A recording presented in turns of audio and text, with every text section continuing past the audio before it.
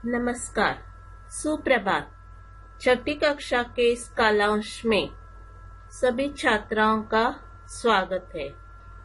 आज हम निबंध लेखन में डाकिया इसके बारे में जानकारी लेने वाले हैं।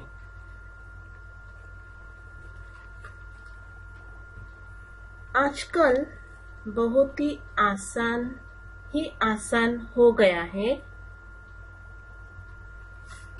किसी को भी मोबाइल से शुभकामनाएं भेजना, एसएमएस करना वगैरह। लेकिन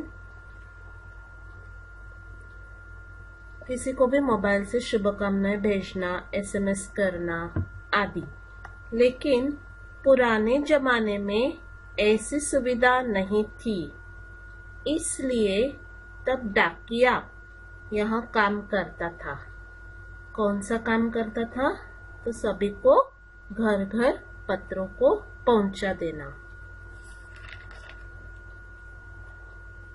चलिए देखते हैं डाकिया का निबंध।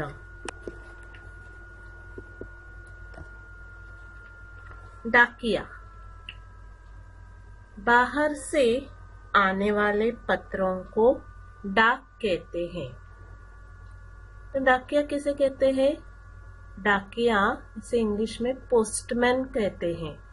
बाहर से आने वाले पत्रों को डाक कहते हैं और पत्रों को एक स्थान से दूसरे स्थान भेजने और घर घर पहुंचाने की व्यवस्था डाक खाने से होती है। डाक खाने से हमारे घर पर जो व्यक्ति डाक या पत्रों को पहुंचाता है उसे डाकिया कहते हैं। डाकिया सरकारी कर्मचारी है। वह समाज का सबसे उत्तम कार्य करता है। तो डाकिया क्या काम करता है? वह बाहर से आने वाले पत्रों को डाक कहते हैं, लेकिन पत्रों को एक स्थान से दूसरे स्थान भेजने और घर घर पहुंचने की व्यवस्था डाक खाने से होती है। जैसे डाकघर से होती है। तो डाक खाने से हमारे घर पर जो व्यक्ति डाक या पत्रों को पहुंचाता है तो उसे क्या कहते हैं? डाकिया कहते हैं।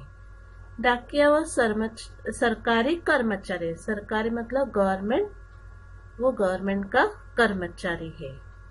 वह समाज का सबसे उत्तम कार्य करता है। तो डाकिये को डाक खाने से वर्दी मिलती है। वर्दी यानी क्या? तो गणवेश या खाकी रंग की होती है। अभी खाकी रंग चित्र में देख रहे हैं ना, उसने कौन सी रंग का गणवेश पहना है? खाकी रंग का गणवेश पहना हुआ है। उसके सिर पर टोपी होती है और पैरों में सरकारी जूते होते हैं। तो उनके पास एक थैला होता है जिसमें वह पत्र, पार्सल, रजिस्ट्री आदि रखता है। वह हमारे दूर दूर से आने वाले पत्रों को हम तक पहुंचाता है। इसके अतिरिक्त यानी इसके अलावा पार्सल और मनी ऑर्डर भी डाकिया ही पहुंचाता है। तो आपको मालूम है, कोई लोग पत्र की आशा रखते हैं तो कोई लोग मनी ऑर्डर की। डाकिया अपना काम मेहनत यानी बहुत परिश्रम से और ईमानदारी से करता है। मैं वापस यहाँ दो परिच्छेद पढ़ती हूँ, ध्यान से सुनिए। बाहर से आने वाले पत्रों को डाक कहते हैं।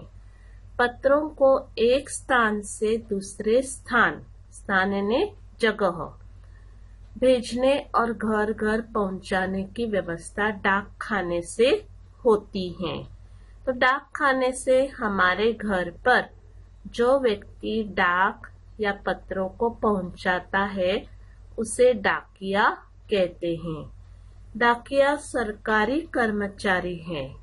वह समाज का सबसे उत्तम कार्य करता है। डाकियों को डाकखाने से वर्दी मिलती है। यह खाकी रंग की होती है। उसके सिर पर टोपी होती है। पैरों में सरकारी जूते होते हैं। उनके पास एक थैला होता है जिसमें वह पत्र, पार्सल, रजिस्ट्री आदि रखता है। वह हमारे दूर दूर से आने वाले पत्रों को हम तक पहुंचाता है। इसके अतिरिक्त पार्सल और मनी ऑर्डर भी डाकिया ही पहुंचाता है। कोई लोग पत्र की आशा रखते हैं तो कोई लोग मनी ऑर्डर की।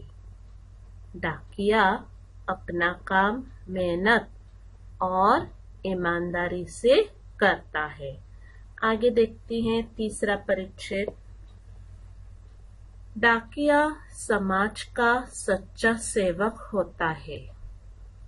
उसके साथ समाज के प्रत्येक परिवार का संबंध बना रहता है कि जहाँ पर वो जाता है वहाँ से उसका प्रत्येक परिवार यानी फैमिली में उनका संबंध बना रहता है। वो उनका मित्र बन जाता है कि कभी उनको सुबह संदेश लेकर आते हैं तो कभी ग्रीटिंग्स या कभी दुख की बातें भी, मतलब इस तरह पत्र भी, ऐसे दुखद पत्र भी लेकर आता है।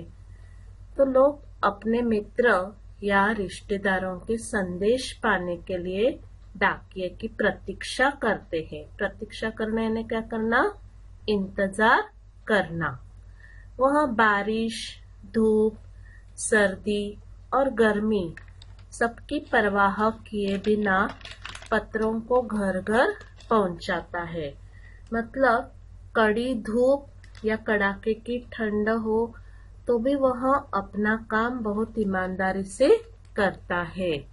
मतलब अपनी परवाह नहीं करता, कितनी भी बहुत बारिश हो या धूप हो, सर्दी हो या गर्मी, सबकी परवाह किए बिना वह पत्रों को घर घर पहुंचाता है। सचमुच डाकिया हमारा सच्चा मित्र है।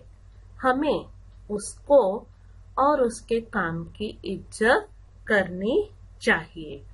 वापस देखिए, डाकिया समाज का सच्चा सेवक होता है। उसके साथ समाज के प्रत्येक परिवार का संबंध बना रहता है। लोग अपने मित्र या रिश्तेदारों के संदेश पाने के लिए डाकिये की प्रतीक्षा करते हैं। वह बारिश, धूप, सर्दी और गर्मी सबकी परवाह किए बिना पत्रों को घर घर पहुंचाता है। सचमुच डाकिया हमारा सच्चा मित्र है। हमें उसको और उसके काम की इज्जत करनी चाहिए।